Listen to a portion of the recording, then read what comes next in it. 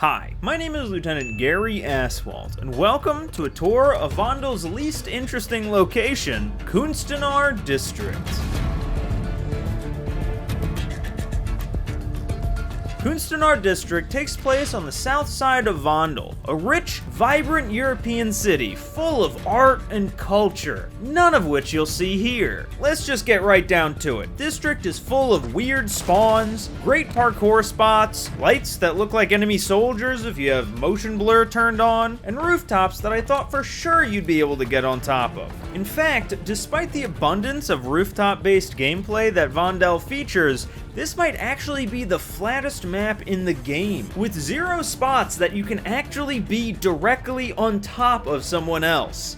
Kind of like an incel. That's a bad joke, I'm sorry. The name Kunstenaar, believe it or not, is Dutch for artist. So let's take a look at some of the wonderful pieces that this arts district has to offer. Let's see, there's this fake graffiti claiming to be real graffiti, and a dog with an earring because he's so freaking cool, and my personal favorite of a circle with a few lines coming off of it. It seems awfully familiar, but I can't quite figure out what it is. Kunstenaar is a very standard looking 3-lane map on the surface, but it's actually quite complicated when you dive right into it. There's 2 streets running parallel, connecting to a third that forms this little bowl, or an upside down hard-shelled taco. And inside you have your meat and cheese, also known as the interiors, with some of the closest quarters combat that you'll find in this game. But surrounding it is a bunch of lettuce and tomatoes, nothing but open air and emptiness that really just serves as filler. And just like a real taco, the entire thing gives me diarrhea. Those outside streets make up a good chunk of the map and are perfect for long shotters, snipers, and those who like getting picked off by those other first 2 groups. So make sure to stay behind some cover,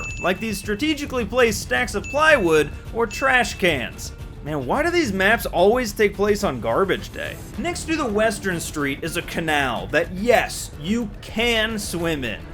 If you really wanted to. It's like a flanking route for the flanking route for the flanking route that no one ever goes in because, well, look at it. Why would you ever choose to go there instead of staying up on the dock where you actually have a little bit of cover and probably aren't gonna get jock itch? But be careful if you do decide to take a dip, because going under the bridge to try getting around an actual corner with the water is a crime punishable by death. You also don't want to get it mixed up with this canal, which is strictly off limits. They couldn't have just extended the fence out a bit more, or block up the canal.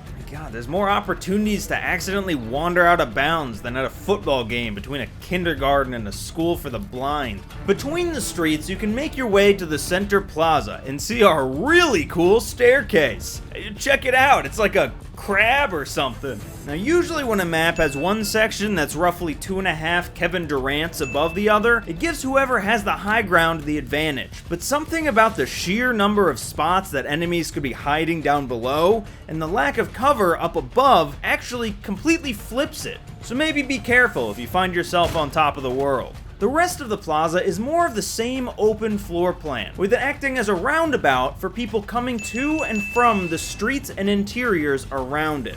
Speaking of interiors, that's where Kunstenaar really stands out. You can go inside every single tight and cramped building, except for most of them that have gates and bicycles blocking them, including this one spot on the way from spawn to the plaza where it looks like a path that should just keep going, but instead you're just stopped by a bulletproof lock. You couldn't have blocked this off too? Like what's the point of all this? But accessible interiors include a house with blackout, or I guess whiteout windows everywhere but the front, because the homeowners knew that someday a bunch of random soldiers would use their kitchen as a foxhole and need a line of sight down the street. And there's the bike shop, where, oh, that's what that symbol is! And a clothes store, conveniently located right down the block from a laundromat.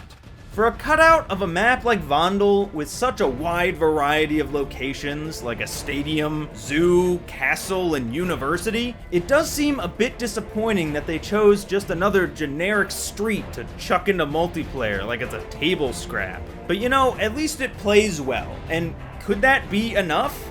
Maybe it's less of a table scrap and more of a healthy treat that might not taste the best, but at least it's good for you. And really, what more could you ask from a veggie-filled taco? And that's where I'll end today's tour. Thank you so much for watching. If you enjoyed, check out the last one we did on El Asilo. And everyone else can exit through the gift shop. We're selling a bunch of trash. Seems like the trucks just kinda stopped coming.